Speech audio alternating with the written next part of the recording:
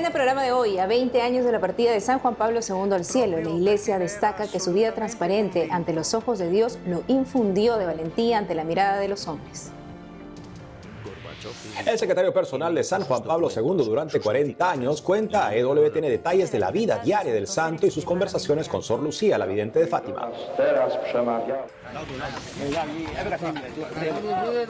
La cifra de muertos por el terremoto en Myanmar asciende a más de 2.800. La iglesia se las arregla para seguir celebrando la misa y otros sacramentos, mientras se enfoca en la ayuda material en el suministro de agua potable. En Estados Unidos, el 29% de los católicos son migrantes y el 14% son hijos de migrantes, según un estudio del Centro Pew.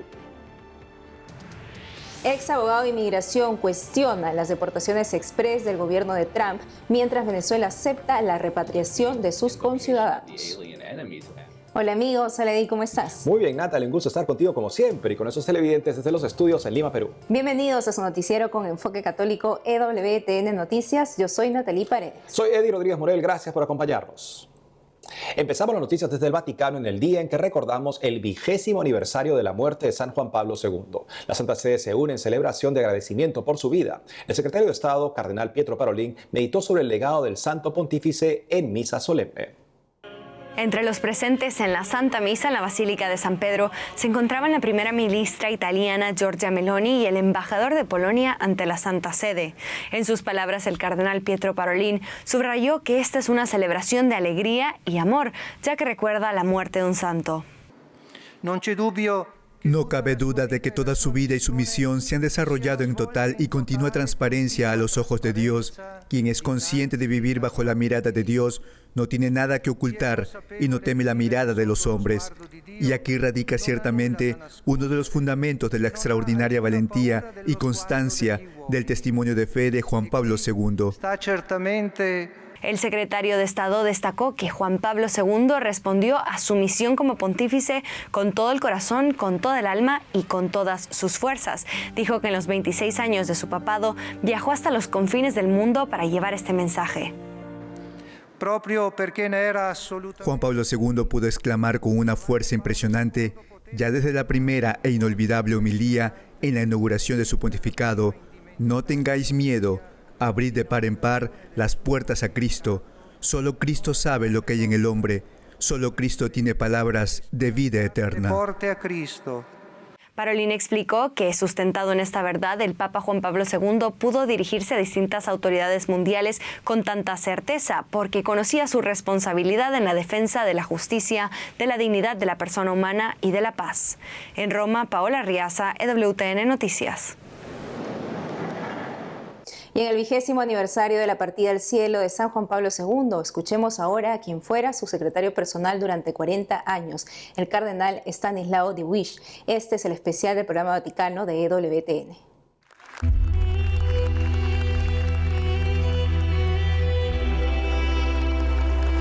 Han pasado exactamente 20 años desde que el Papa San Juan Pablo II regresara a la casa del Padre. Sin embargo, a pesar del paso del tiempo, su presencia sigue siendo fuerte y su legado continúa inspirando a millones de personas en todo el mundo. Él sigue trabajando, se nota. La gente vuelve a Dios gracias a él y recibe muchas gracias. Solo 9 años después de su fallecimiento, 2 curaciones milagrosas por su intercesión, la de la hermana Marie Perry de la enfermedad de Parkinson y la de Floridez Mora Díaz de un aneurisma cerebral terminal, allanaron el camino para su canonización. Su impacto fue mucho más allá de estos milagros. Juan Pablo II cambió el mundo y el mundo en el que hoy vivimos hoy tiene su forma, o al menos parte de ella, gracias al testimonio de Juan Pablo II, especialmente cuando fue a Polonia en 1979 e inspiró a la gente diciendo «No tengáis miedo» y pidiendo al Espíritu Santo que enviara y cambiara el rostro de esta tierra polaca.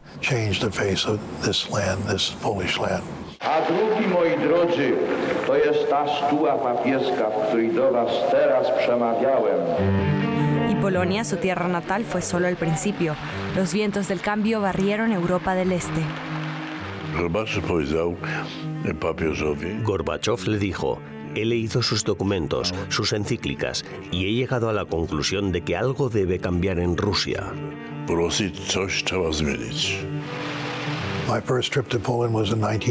Mi primer viaje a Polonia fue en 1980, un año después de la visita del Papa. Las decoraciones estaban todavía fuera, delante de las casas. Me refiero a las banderas, a las fotos del Papa. Todo el mundo sabía que era el principio del cambio, el principio del fin. Sin embargo, en la lucha por cambiar el mundo, el peligro siempre estaba cerca y el coste de la libertad resultó ser extremadamente alto. El Papa estaba de pie y yo sentado detrás de él. La segunda vez que nos acercamos cerca de la puerta de bronce, sonaron los disparos. El Papa seguía de pie. Incluso le pregunté, ¿dónde? Y me mostró que tenía el abdomen atravesado y la mano herida. Como perdía mucha sangre, se debilitó y ahí fue cuando tuve que sostenerlo. Aquel 13 de mayo de 1981, el Papa sobrevivió milagrosamente al intento de asesinato que padeció en el mismo Vaticano. Creía firmemente que fue la intervención de la Madre de Dios lo que lo salvó. El Papa conocía la devoción a Nuestra Señora de Fátima, pero nada más. Entonces, estando aún en el hospital, le vino a la mente la idea del secreto de Fátima. Pidió que le trajeran a Gemelli los textos, conservados por la Congregación para la Doctrina de la Fe.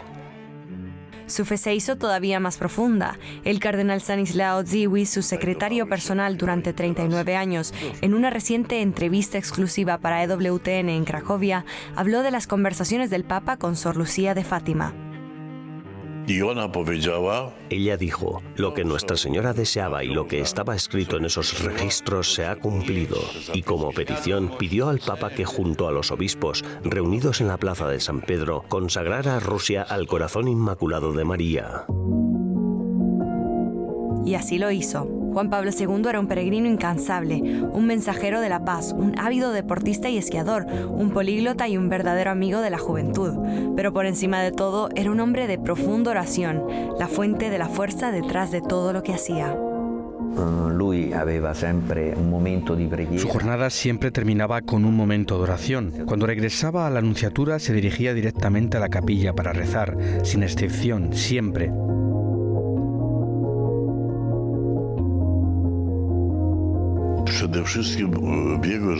Su santidad se manifestaba sobre todo en su oración. Era un hombre de oración profunda e inquebrantable. Nunca lo mostraba abiertamente, pero quienes estaban cerca de él podían ver cuánto tiempo rezaba Juan Pablo II. Salve Regina, Mater Misericordiae. Amaba profundamente el rosario, que le acompañó hasta el final. Incluso cuando ya no podía hablar, el último día de su vida, los que estaban en su apartamento lo rezaron por él, a los que se unió una multitud de jóvenes en la plaza de San Pedro, todos unidos en oración. Abríamos la ventana con cuidado y discreción, lo suficiente para que le llegaran las voces, para que pudiera sentir la alegría de saber que toda esa gente estaba allí con él. Un grupo numeroso de jóvenes permanecía en vigilia desde hacía 2 días. Salí a la plaza y les dije, iros a casa, pero ellos respondieron, siempre estuvo con nosotros y ahora queremos estar con él. Y se quedaron. La juventud estuvo ahí hasta el final. Life is more powerful than the forces of death.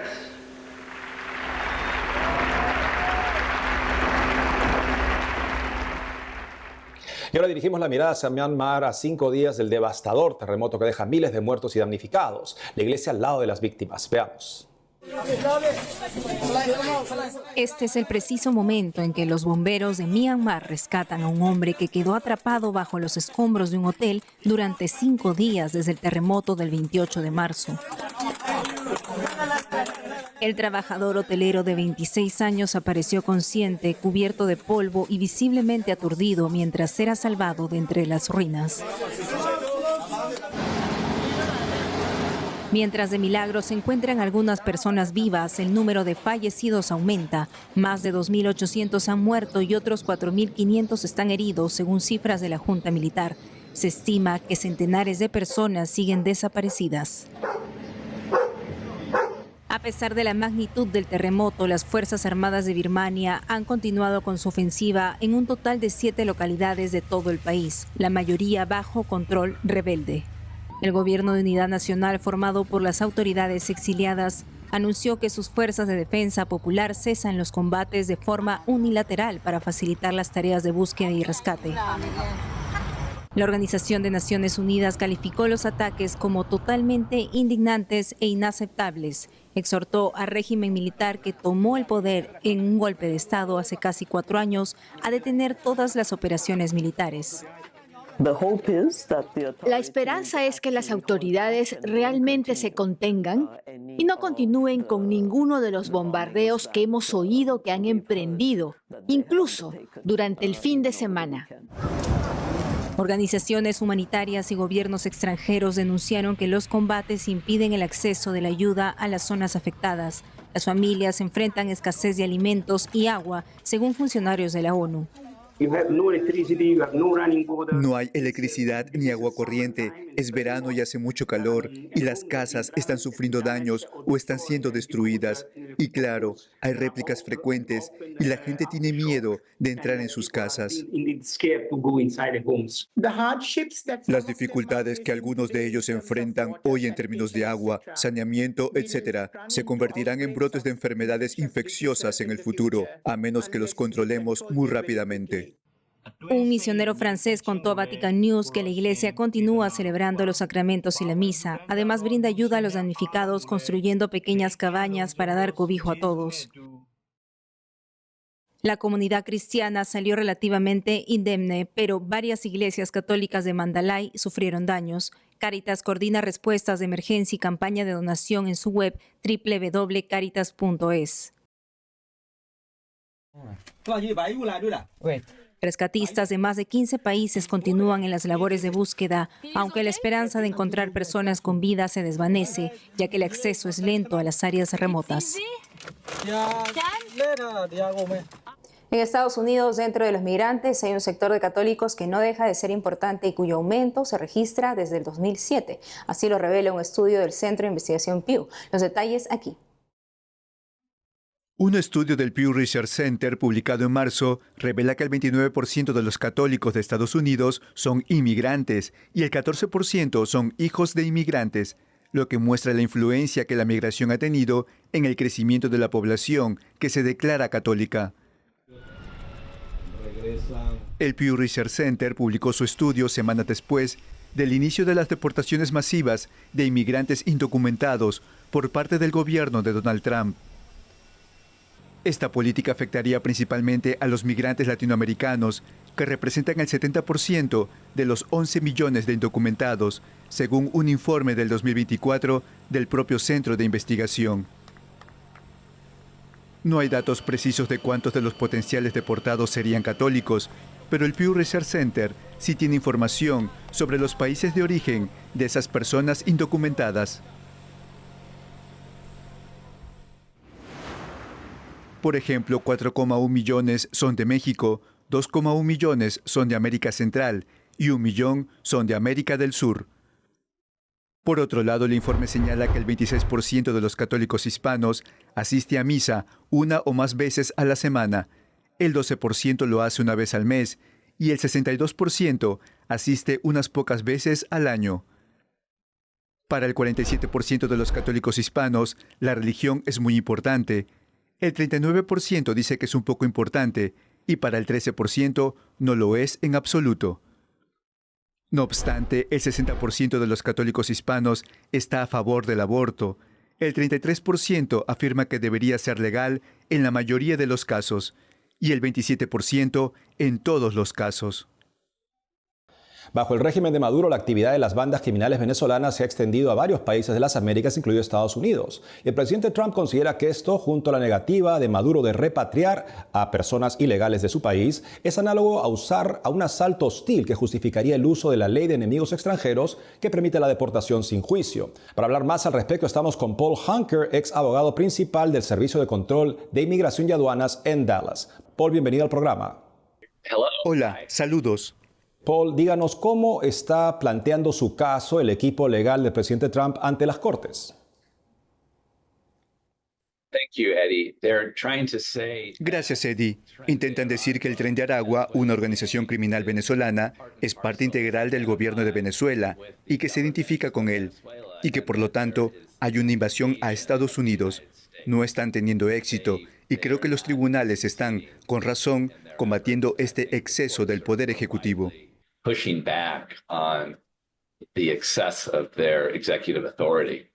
¿Cómo debería, piensa usted, el gobierno manejar la actividad, responder a la actividad criminal de pandillas de ciudadanos extranjeros cuyo gobierno no acepta recibirlos de vuelta? El gobierno debería actuar con la debida firmeza y procesar a las personas involucradas en actividades delictivas, así como expulsar a los extranjeros que participan en ellas. El gobierno cuenta con numerosas herramientas para hacerlo. El problema con la invocación de la ley de enemigos extranjeros es que la administración Trump no está otorgando el debido proceso a estos presuntos enemigos extranjeros. No les está dando la oportunidad de decir que no son miembros del Tren de Aragua y, lamentablemente, personas inocentes que no son pandilleros han sido enviados a El Salvador. Bueno, el problema, claro, es que el señor Maduro no recibe a estos nacionales venezolanos en su país. ¿Cómo debería responder el gobierno de Estados Unidos ante ese problema? La administración Trump ha ejercido bastante presión sobre el régimen de Maduro para que acepte a que venezolanos regresen a su país. Y el régimen de Maduro ha permitido que los vuelos de venezolanos deportados regresen a Venezuela. ¿Es acaso el problema que el señor Maduro no quiere recibir a estos venezolanos, estos ciudadanos venezolanos que son sospechosos de actividad ilegal?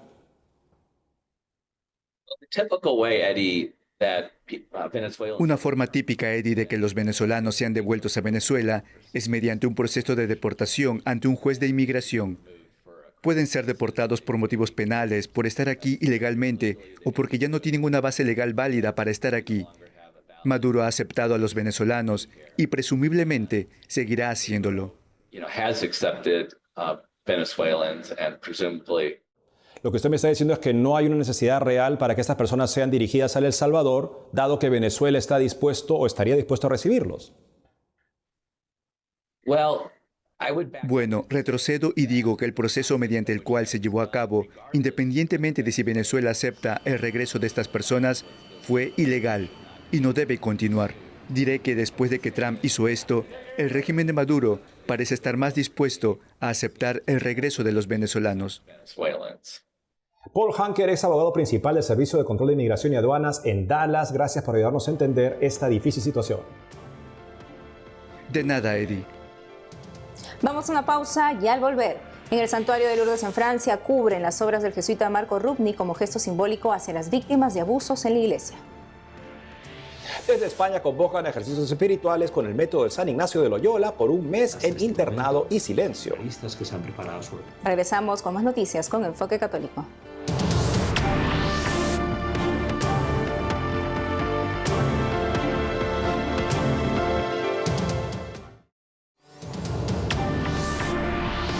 En el año jubilar en el que la preocupación por la economía mundial es uno de los llamados ante la situación de los países agobiados por deudas externas, el presidente Trump escogió este día para anunciar un paquete de aranceles o impuestos a las importaciones de diferentes naciones. Veamos el reporte de EWTN News Nightly.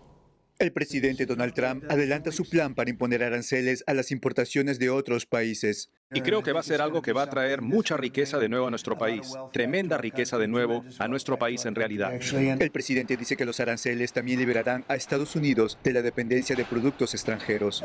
Son recíprocos, así que lo que nos cobren, se lo cobramos, pero estamos siendo más amables que ellos. Aún no hay detalles concretos, pero los aranceles recíprocos podrían adoptar la forma de tributos, producto por producto, a todos los bienes de cada país. El asesor comercial de la Casa Blanca, Peter Navarro, afirma que los aranceles podrían recaudar $600.000 millones anuales, lo que implicaría una tasa promedio del 20%. El martes último, la secretaria de prensa Caroline Leavitt destacó el próximo anuncio económico del presidente. La histórica acción del presidente este miércoles mejorará la competitividad americana en cada área de la industria, reducirá nuestro masivo déficit comercial y en última instancia protegerá nuestra seguridad económica y nacional. Pero otros países no están muy contentos. Muchos europeos se sienten totalmente descorazonados por el anuncio de Estados Unidos. La presidenta de la Comisión Europea dice que este foro político tiene muchas cartas para hacer frente a los nuevos aranceles de Trump, hasta un plan para tomar represalias si es necesario. Europa no empezó esta confrontación, creemos que es un error, pero mi mensaje para ustedes hoy es que tenemos todo lo que necesitamos para proteger a nuestra gente y nuestra prosperidad. La Casa Blanca defiende su medida. Pero demasiados países extranjeros tienen sus mercados cerrados a nuestras exportaciones. Esto es fundamentalmente injusto. La falta de reciprocidad contribuye a nuestro gran y persistente déficit comercial anual que ha destruido nuestras industrias y vaciado de contenido las plantillas clave. Ahora nos vamos a Lourdes, en Francia, donde las entradas a la Basílica de Nuestra Señora del Rosario permanecen cerradas tras una orden del obispo de Tarbes y Lourdes de cubrir las obras de arte del sacerdote y artista Marco Rubnik, acusado de abuso sexual, en espera del juicio por el dicasterio para la doctrina de la fe en el Vaticano. Monseñor Jean-Marc Micas dio la directiva como gesto simbólico hacia las víctimas de abusos en la Iglesia. Monseñor Micas señaló que este fue un segundo paso después de su decisión inicial en julio del 2024 de no iluminar más los mosaicos por la noche durante las procesiones. La decisión se enmarca en el año jubilar y busca facilitar el acceso espiritual al santuario. Las puertas laterales de la basílica se cubrieron la mañana del 31 de marzo y las dos puertas centrales se cubrieron esta semana, según informó el santuario. Y esta es una convocatoria para los católicos en todos los países. Por cuarto año consecutivo, el Instituto del Corazón de Cristo de España organiza un mes de ejercicios espirituales en Burgo de Osma, del 10 de julio al 10 de agosto, próximos en internado y silencio. Estos ejercicios, que siguen el método de San Ignacio de Loyola, se orientan desde la perspectiva del corazón de Jesús. Sobre eso nos explica el Padre José María Alsina, presidente del Instituto del Corazón de Cristo de Toledo. Padre José María Alsina, un gusto tenerlo aquí en EWTN Noticias. Igualmente, un gusto estar con ustedes de nuevo. Padre Alsina, ¿por qué es necesario que al menos una vez al año se hagan ejercicios espirituales? Los ejercicios espirituales es un camino de conversión muy verdadera que orienta toda nuestra vida. Decía San Francisco de Sales que más santos había hecho que letras tiene el método de los ejercicios, el libro de los ejercicios. Por lo tanto, es algo que ayuda mucho, al menos que sean ejercicios breves. Luego ya ejercicios de mes, está muy bien hacerlos al menos una vez al año, si es posible. Pero los ejercicios pues, más abreviados, que puedan ser de 2, 3, 4, 5 días, es muy adecuado y ordena toda la orientación de nuestra vida cristiana a lo largo del año. ¿Y cómo se estructuran los ejercicios espirituales? Los ejercicios espirituales de San Ignacio se estructuran en 4 semanas. No son 4 semanas propiamente materiales, sino es la organización de 4 momentos, ¿no? Que luego cada uno tiene su tiempo adecuado, pero es un mes entero, ¿no? Y sobre todo lo importante de estos tiempos es el proceso que se va siguiendo. Es un proceso de transformación interior en el que San Ignacio va ofreciendo esas claves de discernimiento, sobre todo mirando a Jesucristo, porque los ejercicios de San Ignacio es una escuela, como ha dicho el Santo Padre en la carta encíclica del Lexit Nos, una escuela del afecto, es decir, una escuela en la que nos vamos enamorando de Cristo y a la luz de ese enamoramiento de corazón a corazón con Jesucristo, vamos discerniendo qué es lo que quiere de nosotros, ¿no? Para elegir, porque el fin de los ejercicios es elegir la voluntad de Dios en mi vida en este momento. ¿Qué requisitos deben reunir los interesados en hacer los ejercicios espirituales ignacianos? Para hacer los ejercicios espirituales de mes es importante tener una cierta experiencia de oración. Es una experiencia importante porque es un mes entero de retiro, con lo que hay que tener, bueno, pues un camino espiritual adecuado, un deseo grande de hacer esta experiencia, una serenidad interior, ¿no? Y también pues el momento de la vida. Hemos tenido casos de personas que incluso han discernido su estado de vida, que en este momento pues ya se han consagrado a Dios, e incluso personas que después de la experiencia de los ejercicios pues han decidido ya pues caminar hacia el matrimonio y están casadas en este momento, seminaristas que se han preparado su ordenación, ¿no? Personas incluso que tenían, ¿no? Pues una cierta situación en su vida de no acabar de encontrar qué era lo que Dios quería y lo han encontrado. Padre, los ejercicios son abiertos para cualquier persona en el mundo. ¿Cómo pueden hacer para inscribirse en ellos? Estos ejercicios están abiertos para personas de todos los estados de vida. Hemos tenido seminaristas, sacerdotes, religiosas, laicos, personas casadas, viudos. Aconsejamos que sean personas, lógicamente, que tengan una salud de vida, que puedan hacerlos, ¿no? Pero no se pone edad. Hombre, sí que aconsejamos que ya tengan una cierta madurez, ¿no? Pues han hecho personas a partir de 25 años, ¿no? Y que tampoco sean muy mayores, ¿no? Para llevar una experiencia así, pero está abierto pues a cualquier estado de vida, ¿no? Y a cualquier edad, ¿no? La información nosotros la ofrecemos a través de este contacto, que es ejerciciosespirituales@icorazondecristo.org. ejerciciosespirituales@icorazondecristo.org. Padre José María Alsina, gracias por la entrevista. Muchas gracias a ustedes. Un saludo cordial. Ahora, Natalia, hoy conmemoramos la muerte de un gran santo, San Juan Pablo II, y uno de nuestros corresponsales tuvo la gracia de conocerlo cuando era niño. Así es, Eddie, se trata de nuestro corresponsal Diego López Colín, quien narró su experiencia para Church Pop, las redes de EWTN, y así nos despedimos. Hasta mañana. En 2002 vino San Juan Pablo II a Ciudad de México para la canonización de San Juan Diego, y en ese entonces estaban buscando a niños que justamente el Santo Padre pudiera darle su primera comunión. Mi papá solicitó y fui seleccionado de entre todos ellos. Sí creo que me compromete a ser un mejor cristiano. En ese entonces yo tenía solamente 9 años, no estaba siendo consciente de lo que pasó. Bien recuerdo estar frente al Santo Padre, ver su cara, la ternura que irradia. No recuerdo mucho más que la emoción también de hacer mi primera comunión. Actualmente, comprendiendo ya la dimensión de lo que haber sido recibir la primera comunión de un santo, creo que tengo una misión en esta vida